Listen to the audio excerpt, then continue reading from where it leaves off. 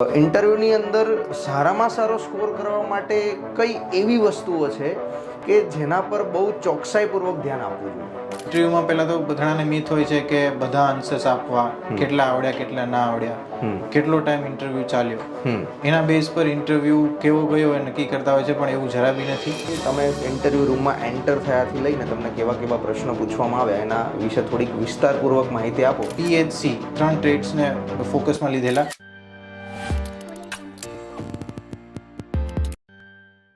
નમસ્કાર વિદ્યાર્થી મિત્રો, સંકલ્પ એજ્યુકેશન યુટ્યુબ ચેનલમાં તમારું સ્વાગત છે. આજે આપણે એક નવી સિરીઝ ચાલુ કરવા જઈ રહ્યા છીએ, સંકલ્પથી સફળતા સુધીની સફર. આ પોડકાસ્ટ સિરીઝ છે. આની અંદર ઘણા બધા સફળ ઉમેદવારોને, અધિકારીઓને અહીંયા આપણે આપણી યુટ્યુબ ચેનલ પર બોલાવીશું અને એમનો એક્સપિરિયન્સ, એમની સક્સેસ સ્ટોરી અને એમની સ્ટ્રગલ કેવી રહી, એમણે કેવી રીતે સ્ટ્રગલ કરીને, કેવી રીતે મહેનત કરીને સરકારી નોકરી મેળવી, એની એક આખી એમની પોતાની સ્ટોરી એમના શબ્દોમાં તમારા સુધી પહોંચાડવાની કોશિશ કરીશું.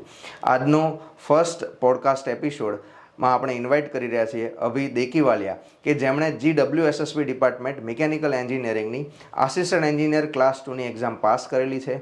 ઇન્ટરવ્યૂની અંદર એમણે સારામાં સારા માર્ક્સ મેળવેલા છે અને ઓલ ગુજરાતની અંદર 16th એટલે કે 16મો રેન્ક મેળવેલો છે. તો એમની પાસેથી આપણે સમજીશું કે GWSSBના ઇન્ટરવ્યૂની અંદર કેવી રીતની એમણે તૈયારી કરી હતી અને આવનારા હમણાં જે ઇન્ટરવ્યૂ શેડ્યુલ થયેલા છે એમાં તમારે કેવી રીતે મહેનત કરવી જોઈએ, કેવી રીતે પ્રિપરેશન કરવી જોઈએ. વેલકમ અભી. Thank you sir. શરૂઆત અભી કરીશું તમારા ઇન્ટ્રોડક્શનથી. તો તમારા વિશે થોડું જણાવો. તમે આ સફર કેવી રીતે પાર કરી અને કેવી રીતે ગવર્મેન્ટ ઓફિસર બન્યા એની વિશે માહિતી આપો. ચોક્કસ સર, જેમ તમે કીધું એમ મિકેનિકલની વેકેન્સી છે, ઓફકોર્સ મિકેનિકલ એન્જિનિયરિંગ મેં કર્યું છે અને એ કમ્પ્લીટ કર્યું 2017માં. પછી ત્યારબાદ મારું ગેટનું કોચિંગ મેં લીધું છે હૈદરાબાદથી, જેમ કે મને માસ્ટર્સની ઈચ્છા હતી એટલે હૈદરાબાદ હું ગયો 6 મંથના કોચિંગ માટે. પછી મેં 2018માં ગેટની એક્ઝામ આપેલી અને એના બેઝ પર મને એડમિશન મળ્યું BITS Pilani, Birla institute of technology and science પિલાનીમાં. તો એ મેં 2018માં એડમિશન ત્યાં મળ્યું. ત્યાં મેં BE ઇન મિકેનિકલ કોર્સ કર્યો 2 વર્ષ માટે, કે 2020માં મેં કમ્પ્લીટ કર્યો. ત્યારબાદ લાસ્ટ સેમમાં મારી ઇન્ટર્નશિપ હતી NCCBM, national council for cement and building મટીરિયલમાં. તો ત્યાં ઇન્ટર્નશિપ મારી કન્ટિન્યુ હતી અને ત્યારબાદ કોવિડ, જે આપણે બધા જાણીએ છીએ, માર્ચમાં લોકડાઉન આવ્યું. પછી ત્યારે હું ઘરે આવી ગયો અને મારું માસ્ટર્સ કમ્પ્લીટ થયું. પછી હું સિવિલ સર્વિસની પ્રિપરેશનમાં જોડાયેલો હતો. બરાબર. અને ત્યારબાદ સિવિલ સર્વિસની ટ્રાય આપતા આપતા મિકેનિકલ તો રસનો વિષય હતો અને 6 વર્ષ બી આપેલા, એટલે થોડો કોન્ફિડન્સ બી એમાં હતો. અને બરાબર ત્યારે GPSC દ્વારા વેકેન્સી આવી પાણી પુરવઠા બોર્ડમાં ક્લાસ 2 AEની આસિસ્ટન્ટ એન્જિનિયરની, અને એ મેં એક્ઝામ આપેલી ડિસેમ્બર 2021માં અને એ પ્રિલિમ એક્ઝામ ત્યારે આવી હતી. પછી એનું ઇન્ટરવ્યૂ માટે સિલેક્ટ થયો હું અને ઇન્ટરવ્યૂ આવ્યું હતું જુલાઈ 2023માં અને એમનું 31 જુલાઈ રિઝલ્ટ આવેલું અને સદનસીબે 31 જુલાઈ રિઝલ્ટ આવેલું, મારો 16 રેન્ક સાથે હું પાસ થયો. Many congratulations. Thank you sir. કે તમે આઈ થિંક આ ફર્સ્ટ ઇન્ટરવ્યૂ જ અપિયર કરેલું હતું. કોઈ પણ ગવર્મેન્ટ સર્વિસીસની અંદર તમારું પહેલું ઇન્ટરવ્યૂ હતું અને એમાં તમે 62 માર્ક્સ મેળવ્યા છે. યસ, 62. 100માંથી 62 માર્ક્સ એટલે ઘણા સારા માર્ક્સ કહી શકાય. તો આજે તમે એ જે તમારી પ્રિલિમ્સ અને ઇન્ટરવ્યૂની જે જર્ની હતી, એમાં જે પ્રિપરેશન જે હતી એના વિશે થોડી માહિતી આપો. પ્રિલિમ્સની અંદર તમે કઈ રીતે પ્રિપરેશન કરીને તમારી સ્ટ્રેટેજી શું હતી સારા માર્ક્સ લાવવા માટેની, પહેલાં એના વિશે જણાવો. ઓકે સર, પ્રિલિમ્સમાં બેઝિકલી વેટેજ તો અત્યારે જેમ કે સંકલ્પ એજ્યુકેશન છે તો રેગ્યુલરલી આફ્ટર એવરી એક્ઝામ એ વેટેજ એનાલિસિસ મૂકે છે, એટલે તમને રફલી કયા સબ્જેક્ટમાંથી કેટલું પૂછાય આઈડિયા આવી જાય છે. હવે વાત છે કન્ટેન્ટની. તો કન્ટેન્ટ મારી પાસે એડવાન્ટેજ એ હતો કે ગેટના કોચિંગમાં ગયેલો તો મારી હેન્ડ રિટન નોટ્સ મારી પાસે હતી, તો એને મેં યુઝ કર્યું એઝ એ નોલેજ ગેઇન માટે. પ્લસ પ્રેક્ટિસની વાત આવી. પ્રેક્ટિસ માટે સંકલ્પ એજ્યુકેશનની એક બુક છે કે જે પ્રીવિયસ યરના ક્વેશ્ચન્સને એક કેટેગરાઇઝ વેમાં અરેન્જ કરીને તમને આપે છે, કે જે મને નથી લાગતું કે કોઈ બીજી બુક મિકેનિકલ માટે અવેલેબલ છે. તો એ બુકનો મેં એક્સટેન્સિવલી યુઝ કર્યો છે પ્રેક્ટિસ માટે. તો આફ્ટર જે મારે કોઈ બી ચેપ્ટર કમ્પ્લીટ થતું પછી હું એમાંથી યર વાઇઝ ક્વેશ્ચનની પ્રેક્ટિસ કરતો. બરાબર. અને પછી ટેસ્ટ સિરીઝ બી આવેલી, ટેસ્ટ સિરીઝ મેં અટેમ્પ્ટ કરેલી છે, જેના લીધે મારો કોન્ફિડન્સ ગેઇન થતો ગયો અને જે તે સબ્જેક્ટ પર મારી પકડ વધતી ગઈ. તો જે ટેસ્ટ સિરીઝ તમે અટેમ્પ્ટ કરેલી, તો જ્યારે તમે ટેસ્ટ સિરીઝ આપતા હતા ત્યારે તમને એવું લાગતું હતું કે આ વખતે પાસ થઈ જ જશે, મારા એટલા માર્ક્સ ઇનફ આવે છે? સ્ટાર્ટિંગમાં સર થોડા ઓછા માર્ક્સ આવેલા, કેમ કે જે સિલી મિસ્ટેક્સ કહીએ અને થોડું ટાઈમ મેનેજમેન્ટ ને ઇશ્યુને લીધે માર્ક્સ ઓછા આવેલા. પછી જેમ જેમ પ્રેક્ટિસ કરતો ગયો એમ માર્ક્સ વધતા ગયા, પોતાના પર કોન્ફિડન્સ વધતો ગયો અને જૂના રિઝલ્ટને જોતા અને કટ ઓફના જે પ્રીવિયસ યર્સના કટ ઓફ હોય એને જોતા એવું લાગ્યું કે ના, મતલબ this year I can make it. અચ્છા, તો પ્રિલિમ્સ માટે તો તમને જે ગેટ માટે કરેલી પ્રિપરેશન હતી એની જ હેલ્પ મળી. તો પ્રિલિમ્સ ક્લિયર થઈ ગયા પછી આઈ થિંક 4 થી 5 મહિનાનો ઇન્ટરવ્યૂની તૈયારી કરવા માટેનો ઓન એન એવરેજ ટાઈમ મળતો હોય છે, પણ તમારા કેસમાં થોડો વધારે ટાઈમ મળ્યો. તો એ વખતે પ્રિલિમ્સથી ઇન્ટરવ્યૂ સુધી તમારી પ્રિપરેશન તમે કઈ રીતે કરી અને તમારી સ્ટ્રેટેજી શું હતી સારા માર્ક્સ લાવવા માટેની? સર, પ્રિલિમ્સ પછી મેં ઇન્ટરવ્યૂ આપેલું સિલ્વર ઓક કોલેજમાં, તો ત્યાં મને આસિસ્ટન્ટ પ્રોફેસરની જોબ મળી હતી. અચ્છા. તો મેં મતલબ એ ફિલ્ડ મેં એટલે ચૂઝ કરી કેમ કે ઇન્ટરવ્યૂની સાથે સાથે જે ટેકનિકલ સબ્જેક્ટ સાથે હું જોડાયેલો રહું અને એમની પ્રિપરેશન બી થતી રહે. ત્યારે ઇન્ટરવ્યૂની ડેટ્સ હજુ ડિક્લેર નથી થઈ, એટલે મને બેનિફિટ એમ મળ્યો ટીચિંગમાં કે હું ટેકનિકલ બધા સબ્જેક્ટ સાથે હું સંકળાયેલો રહ્યો અને સતત ટીચિંગથી મારો આ સબ્જેક્ટ સ્ટ્રોંગ થતો ગયો. બરાબર છે. અને પછી જ્યારે ઇન્ટરવ્યૂ આવ્યું ત્યારે ઇન્ટરવ્યૂ પહેલાં Sankalp education interview guidance programme launch કરે છે, તો એ મેં જોઈન કરેલો. એમાં જે હું ભણાવતો હતો એ વિષય તો મારા સ્ટ્રોંગ થયા જ, એના સિવાયના બી જે સબ્જેક્ટ છે એમાં સ્પેશિયલી ઇન્ટરવ્યૂ રિલેટેડ કઈ રીતના તૈયારી કરવી એના એક્સટેન્સિવ લેક્ચર્સ હતા. એ જોવાથી ઇન્ટરવ્યૂ રિલેટેડ કમ્પ્લીટ ગાઈડન્સ મળ્યું એઝ અ ટેકનિકલ બધા સબ્જેક્ટ્સનું. તો એમાંથી સારો એવો મને માર્ગદર્શન મળ્યું ઇન્ટરવ્યૂ ગાઈડન્સ પ્રોગ્રામમાં. અને પછી આવ્યા મોક ઇન્ટરવ્યૂઝ. તો મોક ઇન્ટરવ્યૂઝ બી સંકલ્પ એજ્યુકેશન પ્રોવાઈડ કરે છે, તો મોક ઇન્ટરવ્યૂઝ આપેલા. એનાથી જે ફિયર હતો કે જે મેં કહ્યું એમ ફર્સ્ટ ટાઈમ મારું ઇન્ટરવ્યૂ છે, તો ફર્સ્ટ ટાઈમ મેં ઇન્ટરવ્યૂ ફેસ કર્યું તો પહેલાં મોક ઇન્ટરવ્યૂમાં એટલા સારા માર્ક્સ નહોતા, પણ પછીથી જે કોન્ફિડન્સ આવ્યો, જે મેં મિસ્ટેક્સ કરી એ મને સુધારવાનો મોકો મળ્યો. બરાબર છે. તો તમારું જીપીએસસીનું ઇન્ટરવ્યૂ ઓવરઓલ કેવું રહ્યું? તમારી એક્સપેક્ટેશન પ્રમાણે સારું રહ્યું કહેવાય કે ખરાબ રહ્યું હતું? ના સર, સારું રહ્યું મારી એક્સપેક્ટેશન પ્રમાણે. કેમ કે સર એમાં એવું થયું, ઇન્ટરવ્યૂમાં જે પેનલિસ્ટ હોય છે, જે બોર્ડ મેમ્બર હોય છે, 2 ટેકનિકલ પર્સન હોય છે અને એક તમે જે બોર્ડની એક્ઝામ આપો છો GWSSB એના કોઈ ઓફિસર હોય છે. તો જે ટેકનિકલ પર્સન હતા કે જે આઈ ગેસ રિટાયર્ડ પ્રોફેસર હતા, તો એ મેન્યુફેક્ચર રિલેટેડ હતા અને જે હું કોલેજમાં ટીચિંગ કરતો એ બી મેન્યુફેક્ચરિંગ સબ્જેક્ટ હતો મારો. તો એ સબ્જેક્ટ સ્ટ્રોંગ હોવાને લીધે એમના આન્સર હું સારી રીતે આપી શક્યો. મતલબ તમે જે એક્સપિરિયન્સ મેળવેલો હતો ટીચિંગની અંદર એણે તમને ઘણી હેલ્પ કરી હતી. ઓવરઓલ ઇન્ટરવ્યૂ તમારું કેવું રહ્યું એના વિશે થોડી માહિતી આપો કે તમે ઇન્ટરવ્યૂ રૂમમાં એન્ટર થયાથી લઈને તમને કેવા કેવા પ્રશ્નો પૂછવામાં આવ્યા એના વિશે થોડીક વિસ્તારપૂર્વક માહિતી આપો. તો જે આવનારા GWSSBના ઇન્ટરવ્યૂ છે એ શેડ્યુલ થયા છે, વિદ્યાર્થી મિત્રોને માહિતી મળે કે ડિપાર્ટમેન્ટની અંદર જવા માટે ઇન્ટરવ્યૂ કેવું હોય છે. ઓકે, સૌપ્રથમ સર તમને ઇન્ટરવ્યૂની પ્રોસેસની માહિતી આપું તો સ્ટુડન્ટ્સને જેટલા એક દિવસે અલોટ થયા હોય એમને એક હોલમાં બેસાડે છે, પછી એમની ચીટ્સ ઉપડે છે, ચીટ્સ પ્રમાણે તમારે ઇન્ટરવ્યૂનો ટર્ન આવે છે, તમને એક વેઇટિંગ રૂમમાં બેસાડે છે. જો 3 બોર્ડ હોય તો 3 સ્ટુડન્ટ્સને વેઇટિંગ રૂમમાં બેસાડે છે.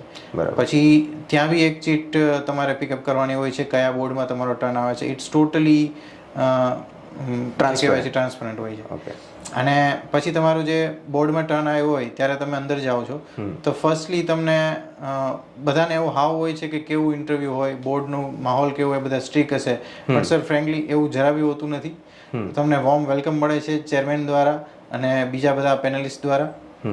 પછી તમને ફર્સ્ટ ક્વેશ્ચન તમારો ઇન્ટ્રોડક્શનનો હોય છે, ઇન્ટ્રોડ્યુસ યોર સેલ્ફ, જે જનરલી બધાને પૂછાતો હોય છે. ફર્સ્ટ ક્વેશ્ચન એ આવ્યા પછી તમે જે આન્સર બોલ્યા છો, તમે જે ઇન્ટ્રોડ્યુસ કરી છે તમારી સેલ્ફને, એ પ્રમાણે તમારા એક્સપિરિયન્સ જે પ્રીવિયસ જોબ છે એ પ્રમાણે તમને ક્વેશ્ચન પૂછાતા હોય છે જનરલી. બરાબર. તમને કેવા ટાઈપના સવાલ પર્ટિક્યુલર પૂછવામાં આવ્યા હતા, જો તમને યાદ હોય, ટેકનિકલ સબ્જેક્ટ્સના કે પછી જનરલ નોલેજના, તો એના વિશે થોડું શેર કરો. મારા ઇન્ટ્રોડક્શન જે મેં કીધું એમ સર, મને એક્સપિરિયન્સ છે આસિસ્ટન્ટ પ્રોફેસર તરીકે ટીચિંગનો. તો મને પૂછ્યું તો તમારા ફેવરિટ સબ્જેક્ટ કયા છે, કે કયા સબ્જેક્ટ તમે ભણાવતા હતા, તો મેં મેન્યુફેક્ચરિંગ અને એન્જિનિયરિંગ ગ્રાફિક્સ કીધું.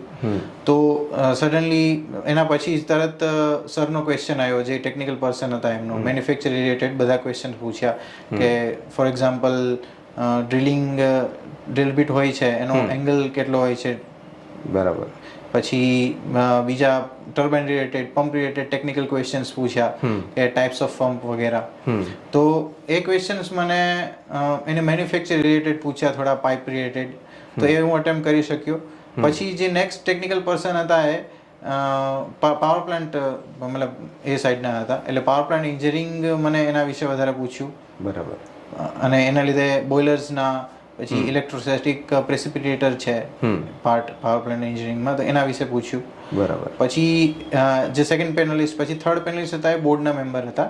તો મને થોડું બોર્ડની હાયરાર્કી છે, અલગ અલગ જે આપણે પાણી પુરવઠા, Narmada water supply, water resource and culture વિભાગ છે એ વિભાગ છે, એના પછી પ્રભાગ એટલે કે પાણી પુરવઠા વિભાગ છે, પાણી પુરવઠા બોર્ડ, સોરી.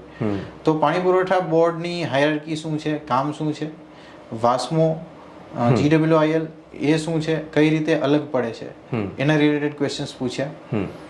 પછી એમને કરંટ જે સૌની યોજના છે, સરદાર સરોવર નર્મદા ઉત્તરણ વગેરે, એના વિશે પૂછ્યા. એ યોજનાનું બેઝિક્સ જ પૂછે છે, કોઈ ડીપમાં નથી જતા, એટલા બેઝિક્સ એને પૂછ્યું. પછી સરદાર સરોવરનું મને ડેમનો કેચમેન્ટ એરિયા વગેરે પૂછ્યું. અને પછી એમને થોડા ટર્બાઇન અને pump related situation base question પૂછ્યા. તમને જે ઇન્ટરવ્યુમાં ક્વેશ્ચન પૂછવામાં આવ્યા એમાંથી પર્સન્ટેજ વાઇઝ અગર આપણે વાત કરીએ તો કેટલા પર્સન્ટેજ ક્વેશ્ચન તમને આવડ્યા હશે? Okay sir, nearly 60%. 60% જેટલા ક્વેશ્ચનના તમે સાચા આન્સર આપ્યા હશે. કોઈ એવો ક્વેશ્ચન હતો કે જેમાં તમે બ્લફ કરી દીધું, કે ખોટું બોલી ગયા હોય અથવા ભૂલ થઈ ગઈ હોય? ના સર, એમાં જે ક્વેશ્ચન મને નહોતો આવડ્યો એમાં મેં પરમિશન માંગી હતી કે કેન આઈ ગેસ, કેમ કે હું ડાયરેક્ટલી એનો પરફેક્ટ જવાબ નહોતો જાણતો. તો મેં પરમિશન માંગી લઈને સરે કીધું કે યસ, તમે કહી શકો છો, તમારા મતે શું હોવું જોઈએ. બરાબર.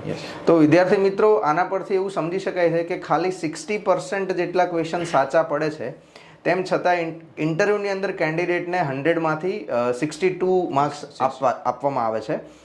એ વખતે ઇન્ટરવ્યૂ લિસ્ટની અંદર હાઈએસ્ટ માર્ક્સ આઈ થિંક 67 હતા.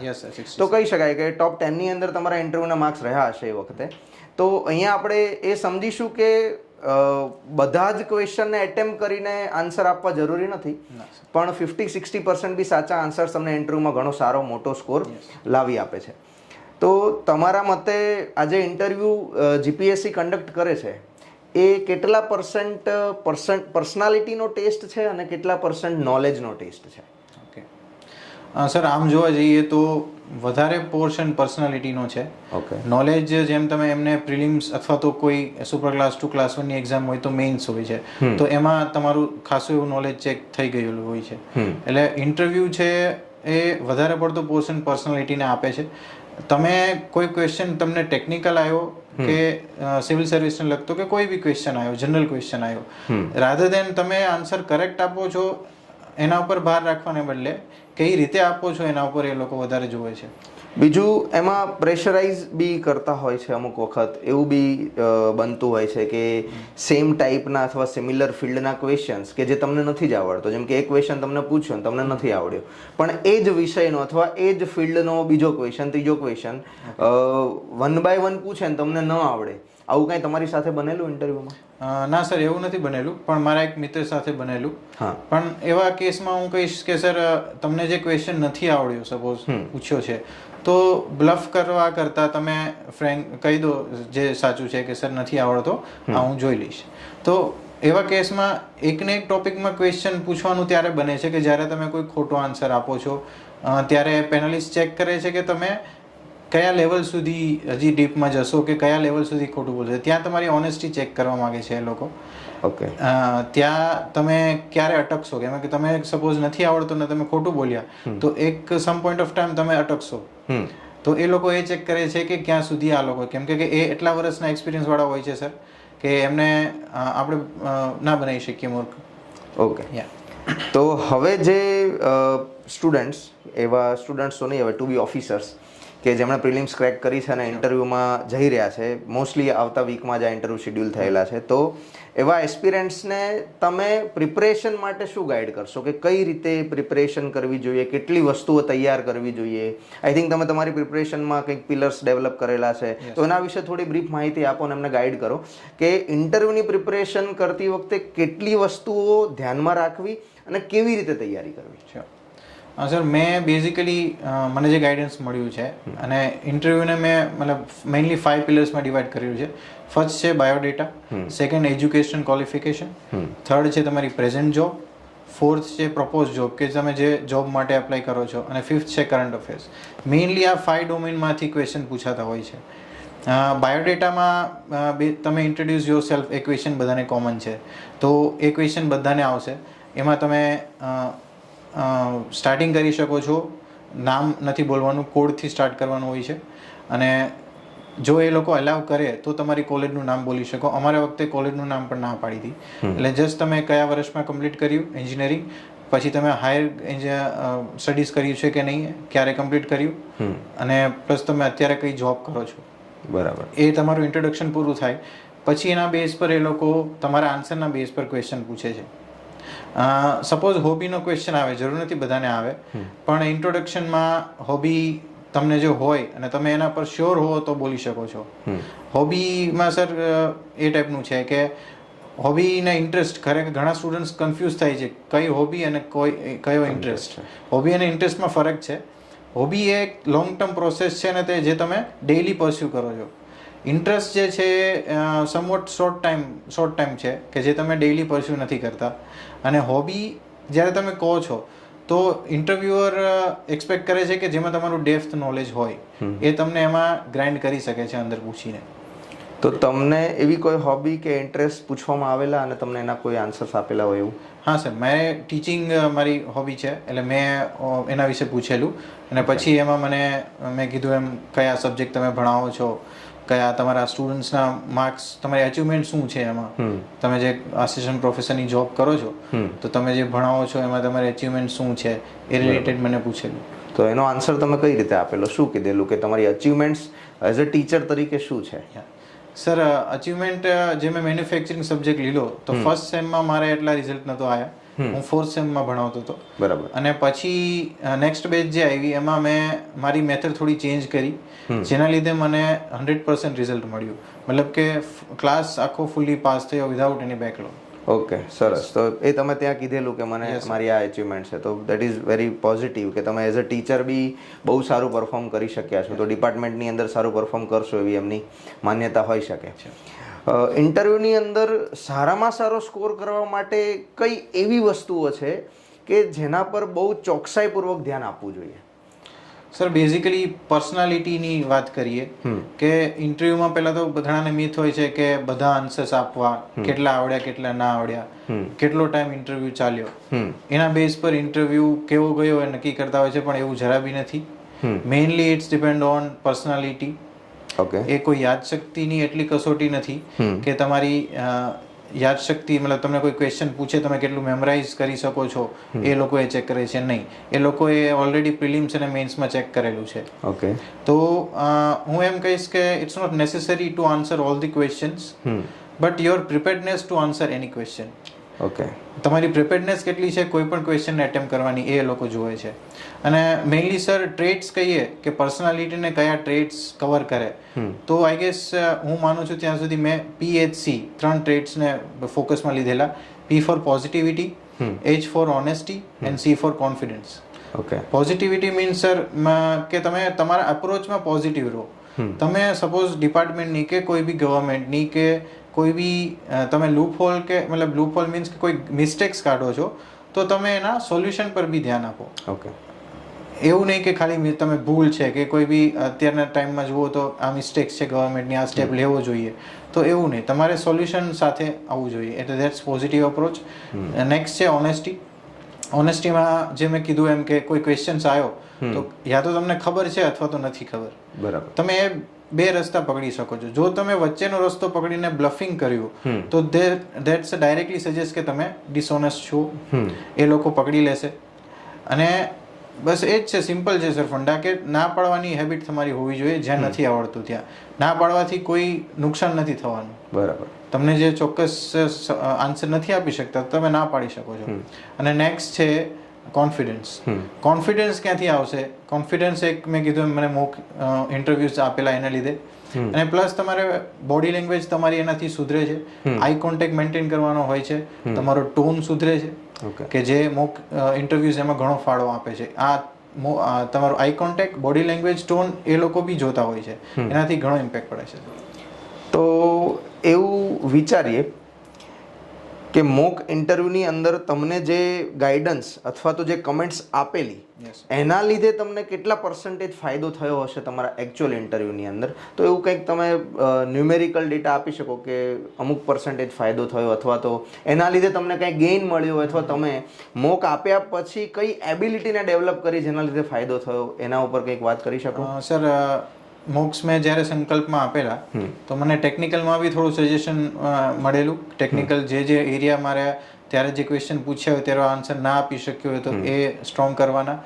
પ્લસ થોડું નોન વર્બલી બી એમને આપેલું કે હેન્ડ મૂવમેન્ટ છે, તમારા બોડીનું પોસ્ચર છે એ કઈ રીતે રાખવું, તો એ બાબતે બી સજેશન મળેલા. એ બી કામ આવેલા મને એકચ્યુઅલ ઇન્ટરવ્યૂમાં. એટલે આમ જોવા જઈએ તો સર 80 to 90% મતલબ ઘણા સજેશન્સ છે મેં જ્યારે મોક ઇન્ટરવ્યુમાં મેં મિસ્ટેક કરેલી છે એને મને અટકાયો છે એકચ્યુઅલ ઇન્ટરવ્યુમાં મિસ્ટેક કરવાથી. ઓકે. તો મોક ઇન્ટરવ્યુનો તમને ઘણો બધો બેનિફિટ મળ્યો છે જેના લીધે તમારા માર્ક્સ ઘણા સારા આવેલા છે. અમુક સ્ટુડન્ટ્સ એવું કરતા હોય છે કે ખોટો અથવા તો કહી શકાય કે ખાલી એક હાઇપોથેટિકલ વર્ક એક્સપિરિયન્સ, એમણે જે ક્યારેય નથી કરેલું કામ એવું ત્યાં શોકેસ કરતા હોય છે વધારે માર્ક્સ ગેઇન કરવા માટે. તો શું એવું છે કે જેને ટેકનિકલ ફિલ્ડનો એક્સપિરિયન્સ હોય એને જ પેનલ સારા માર્ક્સ આપે છે? ના સર, એવું જરા બી નથી. તમે જ્યારે પ્રેઝન્ટ જોબ તમારી એમને કહો છો ઇન્ટ્રોડક્શનમાં અથવા તો એ પૂછે છે ત્યારે, તો એ લોકો એવું એક્સપેક્ટ કરે છે કે તમે જોબ કરો છો તો એના વિશે તમને સારી એવી માહિતી હોવી જોઈએ ડેફિનેટલી. તો એ લોકો એને કાઉન્ટર ક્વેશ્ચન કરવાના જ છે, કાઉન્ટર ક્વેશ્ચન એમાં આવવાના છે, અને તમારે એનો સેટિસ્ફાઈડ એમને કરી શકો એવો આન્સર આપવાનો છે. એના ક્વેશ્ચન્સ એવા હશે કે જેમાં ચેક થઈ જશે કે તમે ખરેખર એ જોબ કરતા હતા અથવા તો તમે તમારો એક્સપિરિયન્સ ડેવલપ કરેલો છે. તો તમારા ધ્યાનમાં કોઈ એવા મિત્ર હોય કે કોઈ હોય કે જેમને આવી કોઈ જોબ એક્સપિરિયન્સ ન હોય અને સારા માર્ક્સ આવ્યા હોય એવું કોઈ તમારા ધ્યાનમાં છે? હા સર, એક મારો જ ફ્રેન્ડ છે સાવલ, કે જે રિસન્ટલી પાસ આઉટ છે અને એમણે જે આપેલી એક્ઝામ તો એમાં એ ડાયરેક્ટલી પાસ થયા છે. સાવલ આઈ થિંક ઇન્ટરવ્યુમાં highest marks 67. Yes sir, 67. Yes એમની જ વાત કરો છો, જે ફ્રેશર છે, જેમને કોઈ જોબ એક્સપિરિયન્સ નહોતો. તો વિદ્યાર્થી મિત્રો, GWSSB નું લાસ્ટ રિઝલ્ટ ચેક કરજો. સાવલ પટેલ, હા, એમના માર્ક્સ ચેક કરજો. એમને કોઈ વર્ક એક્સપિરિયન્સ નથી. તો આ સવાલ મારા સામે ઘણી વખત આવતો હોય છે કે સર અમે ખોટો એક્સપિરિયન્સ બતાવી દઈએ તો અમને સારા માર્ક્સ આવે, પણ એવું જરાય નથી. ફ્રેશર કેન્ડિડેટ્સને પણ અહીંયા ઘણા સારા માર્ક્સ આપવામાં આવે છે. હું તો એવું કહીશ કે હાઈએસ્ટ માર્ક પણ આપવામાં આવેલા છે. તો તમે ઇન્ટરવ્યૂની અંદર કોઈ એવું ફેક નેરેટિવ ક્રિએટ કરીને કે ફેક એક્સપિરિયન્સ ક્રિએટ કરીને ન જાઓ. જો એવું કરશો અને તમે ત્યાં પકડાઈ જશો તો આઈ થિંક ઘણા ઓછા માર્ક્સ મૂકી શકે છે પેનલ. તો આ ઇન્ટરવ્યૂની જે પ્રિપરેશન છે એના માટે અગર તમારે બહુ શોર્ટમાં અને કહી શકાય કે એક બે સેન્ટેન્સની અંદર આપણા સ્ટુડન્ટ્સને ગાઈડન્સ આપવું હોય કે ટિપ્સ આપવી હોય તો તમે શું કહેવા માગશો? સર, સ્ટાર્ટિંગમાં એ જ કહેવા માગે સ્ટુડન્ટ્સને કે તમારો એપ્રોચ બને એટલો ટ્રાન્સપરન્ટ રાખો. કોઈ બી ગવર્મેન્ટ કે કોઈ બી પાર્ટી તરફ ક્યારેક કોન્ટ્રોવર્શિયલ ક્વેશ્ચન આવે તો તમારો ઝુકાવ એમાં ના દર્શાવો, ટ્રાન્સપરન્ટ રાખો. પ્લસ થોડા રિજિડનેસ ઓછી રાખો. બની શકે કે એવા ક્વેશ્ચન આવે કે જેમાં તમારે પેનલિસ્ટ સાથે પેનલિસ્ટ એમ કે ના આમ જ આવે, જ્યારે તમે તમારી રીતે શ્યોર હો. બટ બને ત્યાં સુધી એ ટકરાવ ટાળો, મતલબ રિજિડનેસ તમારી ઓછી હોવી જોઈએ. બીજું સર, જે મેં કીધું એમ કોન્ફિડન્સ, આઈ કોન્ટેક્ટ મેન્ટેન રાખો, બોડી લેંગ્વેજ તમારી એકદમ કામ રહો, ક્વેશ્ચન સાંભળો. ઘણીવાર એવું થાય છે કે તમને ક્વેશ્ચન આવડતો હોય છે તો ક્વેશ્ચન કમ્પ્લીટ કરે પેનલિસ્ટ એની પહેલાં તમે આન્સર આપી દો. તો એ એક સારો મેસેજ ના ગયો કહેવાય. તમે અધીરા ના થાવ, તમને આવડે છે, જે કહીએ ને કે સર નથી આવડતો અને આવડે છે, બંનેમાં સ્થિર રહો સિચ્યુએશનમાં. કે ગમે તે સપોઝ તમને ક્વેશ્ચન નથી બી આવડતો તો બી પોઝ લો અને વિચારો. ટાઈમ લેવામાં એ લોકો ના નથી પાડતા, તમે ટાઈમ લઈ શકો છો અને પરમિશન સાથે તમે પરમિશન માગીને ટાઈમ લઈ શકો છો. પ્લસ તમે જો નથી આવડતો તો એને ના કહો અને જો આવડે છે તો એનો આન્સર કરો. ઓકે. સો વિદ્યાર્થી મિત્રો, આવા જ અનેક પોડકાસ્ટ સાથે આપણે ફરી યુટ્યુબ ઉપર મળતા રહીશું. થેન્ક યુ અભી, આજનો તમારો કિંમતી સમય વિદ્યાર્થી મિત્રોને ઇન્ટરવ્યૂના ગાઈડન્સ માટે આપ્યો. એના માટે આઈ હોપ કે આ પોડકાસ્ટમાંથી તમને ઘણી બધી GWSSB ડિપાર્ટમેન્ટના આસિસ્ટન્ટ એન્જિનિયરના ઇન્ટરવ્યૂની ઇન્સાઇટ્સ મળી હશે. અભીના એક્સપિરિયન્સ પરથી તમને ઘણું શીખવા મળશે. અને બીજા કયા એવા પોઈન્ટ્સ કે ટોપિક્સ કે ક્વેશ્ચન તમારા મગજમાં ચાલે છે કે જેનો આન્સર તમારે જોઈએ છે, તમે કમેન્ટ બોક્સમાં લખીને જણાવો. તો આવનારા પોડકાસ્ટ સિરીઝની અંદર આપણે એ ક્વેશ્ચન્સને પણ એડ્રેસ કરવાની કોશિશ કરીશું અને તમને ચોક્કસથી હેલ્પફુલ થાય એવું કન્ટેન્ટ આપવાનો પ્રયાસ કરીશું. Thank you. જય હિન્દ, જય ભારત.